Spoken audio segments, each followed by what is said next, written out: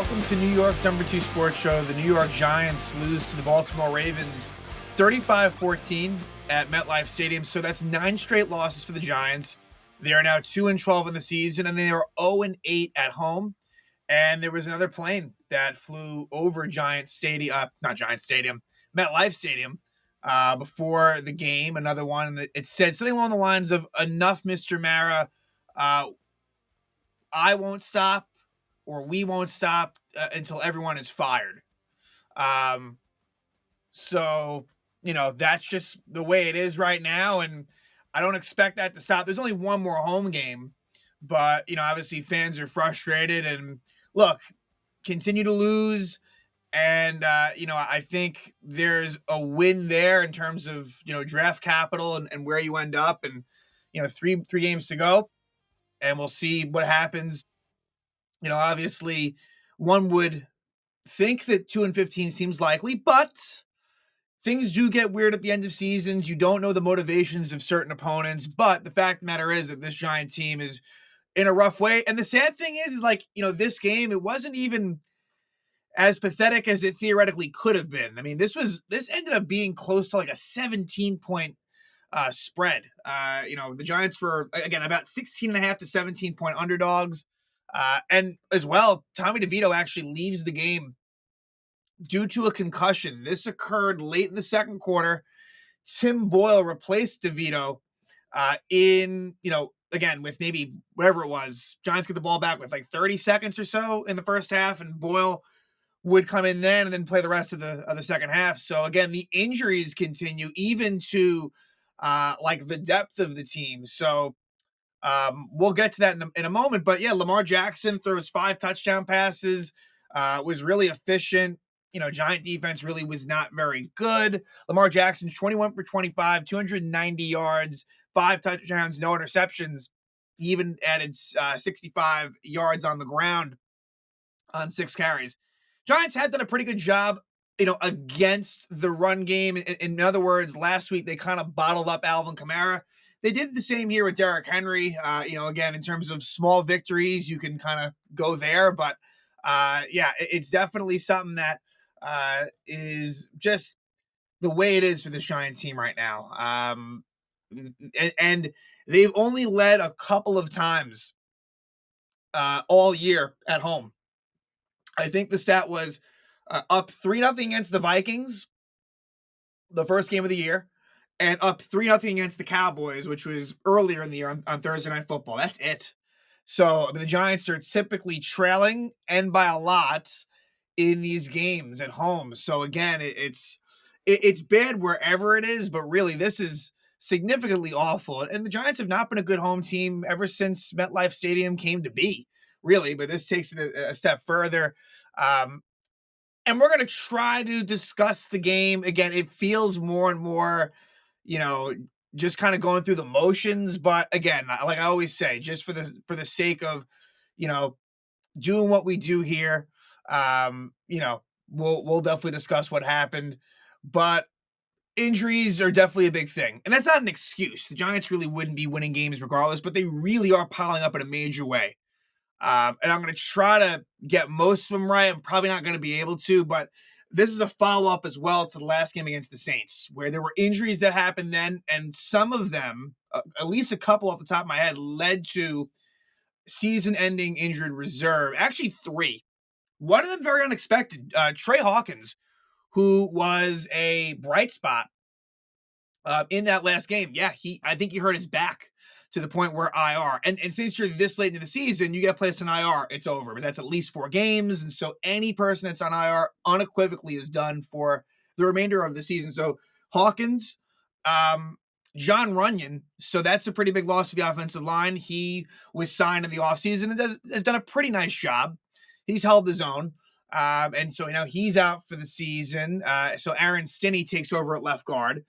And Tyler Nubin, who had been, day in, day out in there, the rookie safety, who, look, he only had like 1 pass breakup and no interceptions. So the ball skills may not be there, but look, pretty good, in the run game, good tackler. And so you hope that next season he can, further his game. But also not great that he misses the last 4 games because for the young players, you want them to develop and you want them to get those reps. So not great in that sense, but so he's out. And so then Dane Belton, he's the one that takes over next to Jason Pinnock. And that's been a combination that we've seen a little bit in 2022 and 2023 here and there. What else? In terms of players that are out, generally speaking, that are not IR bound yet, but just didn't play, Drew Lock. So Drew Lock ends up coming out of the last game with a heel injury. It's crazy the amount of giant quarterback injuries that have been happening.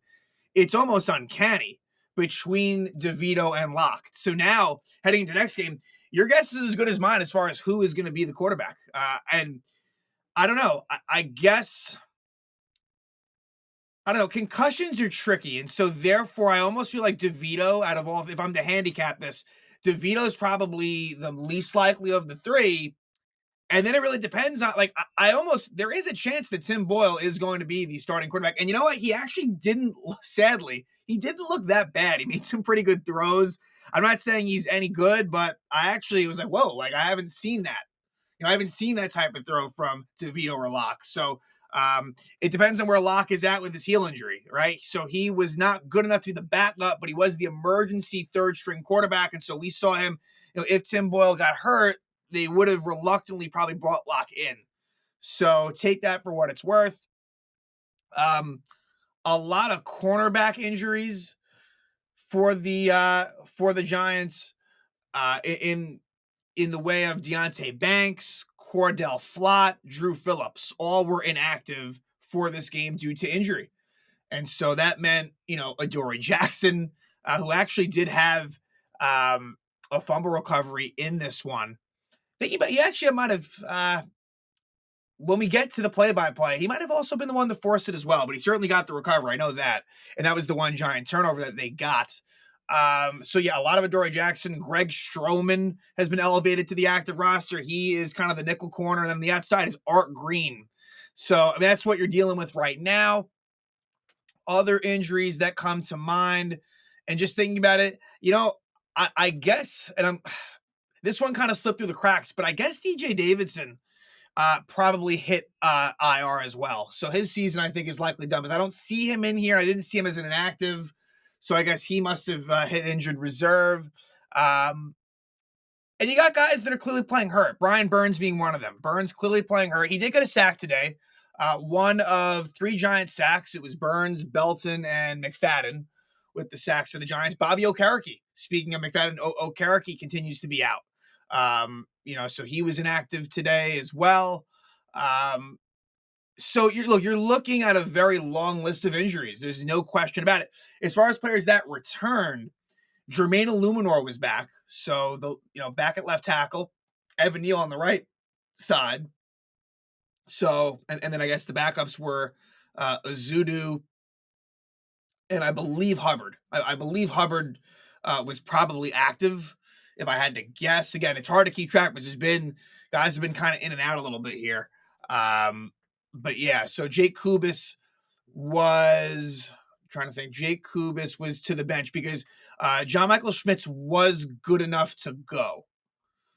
I'm pretty sure he was the center in this game, and Van Roten was right guard. Almost certain of that. So yeah, that's the type of year it is. When it rains, it pours in terms of these injuries. And so a bad team becomes that much worse. It's tough. I mean, Joe Shane and Brian Daboll have got to be very, very nervous as far as their job security. It's just, and it's funny because you kind of think about, at least I did. I'm thinking I was thinking to myself, even if they go 2-15, I felt this way early in the year. I think they'll be safe.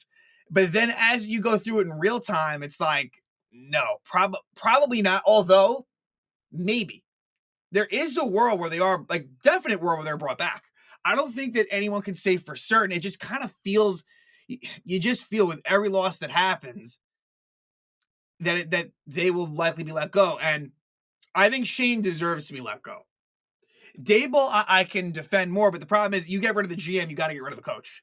The worst thing they could possibly do is somehow only fire Daboll but keep Shane. To me, that I would be very upset if that happens. Like to think it won't, but I think the odds on favorite is for them both to be let go, at the end of the season, but far from a certainty for sure. So, in terms of any standouts, Malik Neighbors, give him credit for because clearly he's playing hurt. 10 catches, 82 yards, and a touchdown for Malik Neighbors. So, playing with some emotion. I liked his game in this one. Other things that stand out to me, Darius Slayton really in post Daniel Jones. Slayton is like really just not a factor at all. Only one catch for 16 yards. Wan'Dale Robinson, 4 for 38 on 9 targets. So they're trying to throw it Robinson's way when they can. Daniel Bellinger's getting in the mix a little bit in the receiving end with Theo Johnson out for the season. Tyrone Tracy Jr., a quiet game from him. Definitely didn't do a whole lot. Devin Singletary, just as it happens, gets a touchdown. It seems like he's kind of, I wouldn't necessarily call Singletary the goal line back, although you can make that argument, but he seems to find his way into the end zone on limited work. So that did happen there as one of the 2 giant touchdowns. But let's just get into it, do the best we can here.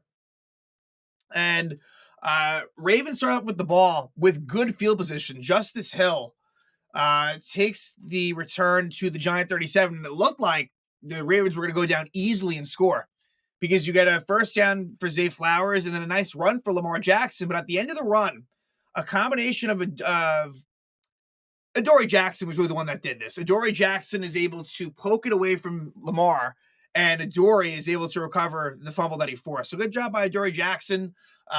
Giants ball, but then the offense doesn't do anything. They go 3 and out.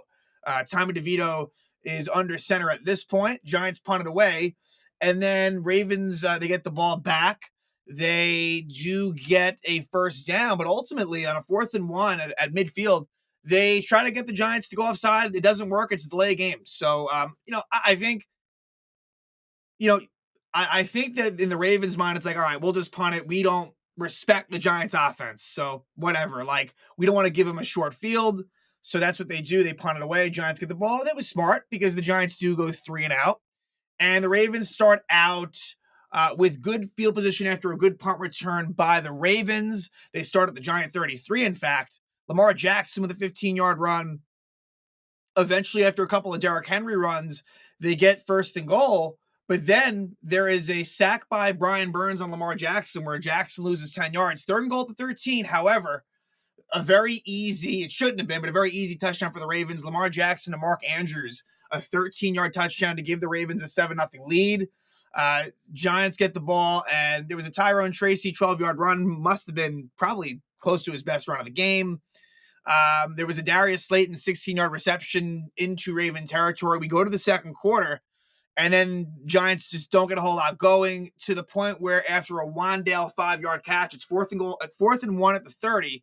They go for it. Tommy DeVito QB sneak is stopped. No gain. Ravens get the ball up by 7, and it would be a touchdown drive for the Ravens. Mark Andrews with an 11-yard catch. Isaiah Likely, the other often used tight end, with an 11-yard catch.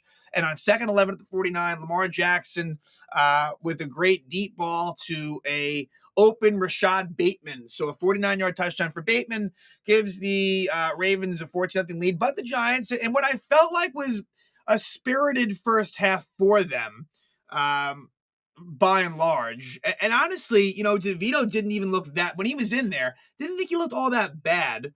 And so in some ways, Locke is definitely the most erratic, just in kind of watching these quarterbacks.